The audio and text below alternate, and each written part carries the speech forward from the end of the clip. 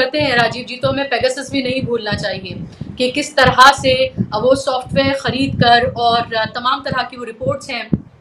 और किस तरह से राजनेताओं से लेकर सोशल वर्कर से लेकर जर्नलिस्ट से लेकर तमाम लोगों की जासूसी जो है वो की गई और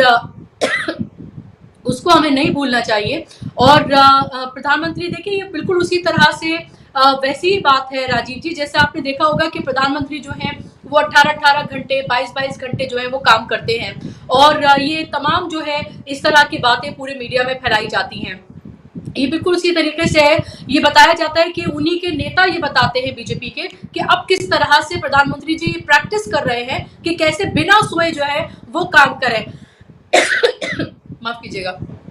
और ये बिल्कुल उसी तरह से है, ये बताया जाता है कि कैसे प्रधानमंत्री जो है इतने देश का उन्होंने दौरा किया और किस तरह से वो इतने नेताओं से मिले, उन्होंने इतनी जो है वो मीटिंग्स की और इस उम्र में और उनकी एनर्जी देखिए। तो ये देखिए ये उसी के इर्द गिर्द जो है ये कहानी, ये पूरी स्टोरी जो है वो गढ़ी जा रही है और लोगों को बताने के लिए, ताकि लोग जो है वो उस पर उसी तरह से यकीन रखें और ये कहें कि देखिए हमारे जो प्रधानमंत्री हैं, हमारे जो प्रधान सेवक हैं वो कितनी मेहनत करते हैं। पहले तो वो जगह जगह जाकर खुद ही प्रोजेक्ट्स का मुआयना करते हैं, लोगों से, सचिवों से, मिनिस्टर से और चीफ मिनिस्टर जो है उनसे सबसे मीटिंग लेते हैं। जहां वो नहीं जा पाते वहां वो ड्रोन भेजते हैं और ड्रोन भेजकर वहां पर उनकी निगरानी करते हैं। और अब ये पूछा जाए कि किस तरह से ये ड्रोन जो है वो भेजे जाते हैं और क्या ये लोगों की प्राइवेसी जो है ये उसका हनन नहीं है कि कहां पर भेजा जा रहा है ड्रोन, किस तरह से भेजा जा रहा है ड्रोन। ये देखिए ये लॉजिक जो है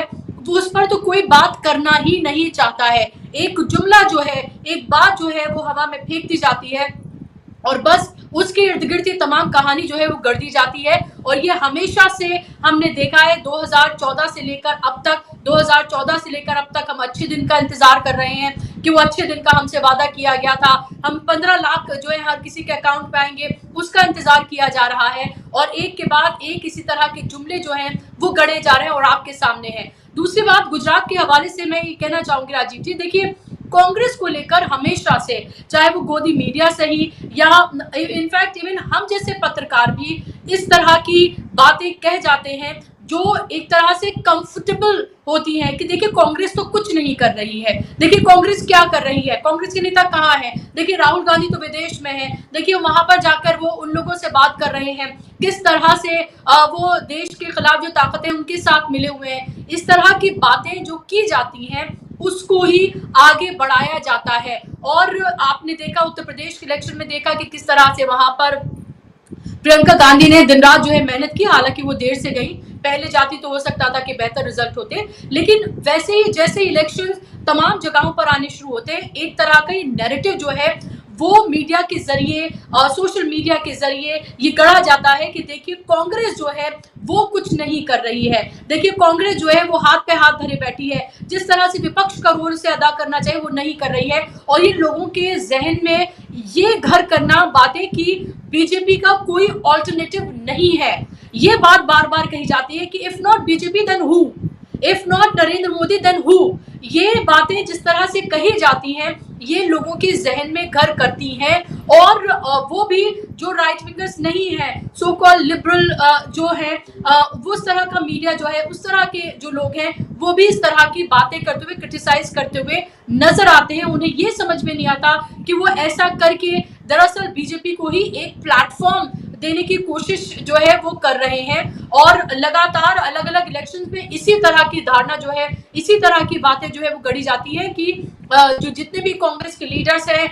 वो अपने एसी कमरों में बैठे रहते हैं, सड़कों पर नजर नहीं आते हैं, काम नहीं करते हैं। लेकिन अभी भी अगर देखा जाए नेशनल लेवल पर, अगर देखा जाए तो अगर अभी भी बीजेपी का कोई ऑल्टरनेटिव है तो वो कांग्रेस पार्टी ही है। गुजरात में अगर बीजेपी का कोई ऑल्टरनेटिव है तो वो कांग्रेस पार्टी ही है। राजस्थान में अगर कोई ऑल्टरनेटिव है तो वो कांग्रेस पार्टी है। मध्य प्रदेश में कोई ऑल्टरनेटिव है तो कांग्रेस पार्टी है। और यही वजह है कि बीजेपी को और किसी पार्टी से इतनी प्रॉब्लम नहीं है जितनी कांग्रेस से है। और इसीलिए वो जो नारा देती है कांग्रेस मुक्त भारत का, वो एक तरह से जो नैरेटिव करती है उसमें कहीं ना कहीं उस जाल में, शिकंजे में लोग जो हैं, और कम से कम जिस तरह के का कम्युनल एजेंडा जो फैलाया जा रहा है ज्ञानवापी से लेकर अभी आप ये देखिए अजमेर शरीफ, और आज ही मैं सुन रही थी किसी एक शख्स को जो अभी जनपद पे जंतर मंतर पर जो हेट स्पीच हुई थी उसमें वो जेल भी गया था, कि किस तरह से जो रूमी दरवाजा है जो लखनऊ में इमामबाड़ा है उसको भी कहा जा रहा है कि वो भी दरअसल मंदिर को तोड़कर ही बनाया गया है। यानी कि अब दरगाहें, इमामबाड़े, मस्जिदें, अब बस इसी की सियासत होगी, इसी के इर्द गिर्द ही सियासत जो है बुनी जाएगी। और ये ज्ञानवापी का मुद्दा हो, चाहे मथुरा की जो शाही मस्जिद है उसका मुद्दा हो, ये ऐसे ही नहीं आए हैं। जाहिर सी बात है कि 2024 तक इसी तरह से चलना है। गुजरात का इलेक्शन हो, राजस्थान का इलेक्शन हो, आगे आने वाले असेंबली इलेक्शंस हो, वो इसके इर्द गिर्द ही लड़े जाएंगे, क्योंकि ये पता है बहुत अच्छे से कि जो अच्छे दिन गए थे, जो महंगाई को लेकर जो बातें डीजल के दाम हो, और लगातार आप ये देखें कि जो एक बात आ रही है कि किस तरह से इन 2 सालों में जो अरबपति हैं उनकी संख्या किस तरह से बढ़ी है, और जो गरीब है वो किस तरह से और गरीब हुआ है, वो हम सबके सामने है। बुशरा जी, बहुत